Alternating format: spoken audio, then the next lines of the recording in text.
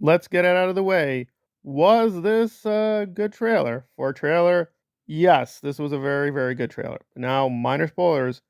What did they really show us? Well, apparently the plot is Wolverine failed in some kind of adventure. The universe was doomed, so the critical point will be that Deadpool and him together will save the universe. But what is the threat? I imagine it's the TVA or some other twist villain. But really, we don't care. We're just interested in getting these two characters together. So we now turn to the Easter eggs. Were they pretty strong? Yeah, for the most part, they were pretty strong. I really enjoyed this one particular joke at the expense of the Wolverine films.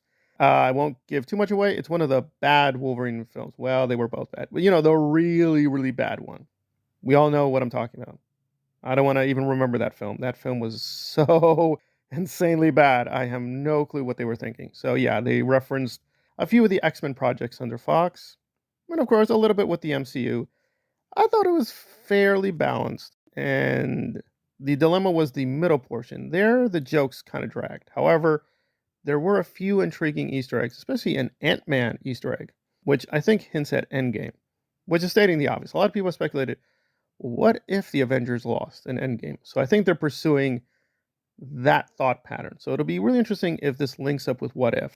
And this is sort of still a kind of What If story in disguise. That would be very, very interesting. The one disappointing thing here was the lack of cameos. There were many good cameos. I want to be clear. Apparently, we will see quite a lot of people from the Fox universe and even in the MC universe. But again, they are promising many, many more cameos. Now, that turns to Multiverse of Madness. That also promised a lot of great cameos, including Wolverine, ironically. Did it happen? Well, no spoiling of Multiverse of Madness, but it was mixed. I think for what we got, it was pretty good. However, it was technically confined mainly to a couple of really good scenes in the middle of the film. That was about it. Now, I hope with Wolverine and Deadpool, they will go much further. And the cameos that are being promised are pretty outrageous and zany. And I will give a final compliment that the R rating is very real. They were cursing a lot. And usually I don't like that stuff, but here it was very appropriate. So that's very reassuring. So, bad points that this does feel like a paper thin plot.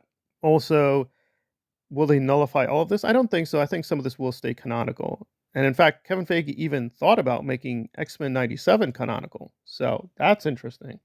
But yes, this will mostly just be a fun ride. They'll probably be nullifying most of it. So then what is the point? I guess it's just, will the jokes work on their own level? Uh there's a lot of problems here. They will.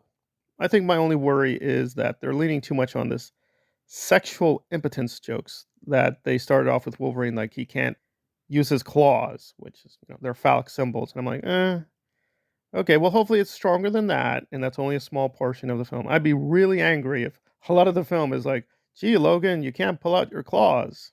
So hopefully they'll avoid that. But yeah, there were a few bad impotence jokes, but those were the weak jokes, and they were just there a little bit. So hopefully the film will be mainly fun. Maybe not consequential in a big sense, but consequential enough.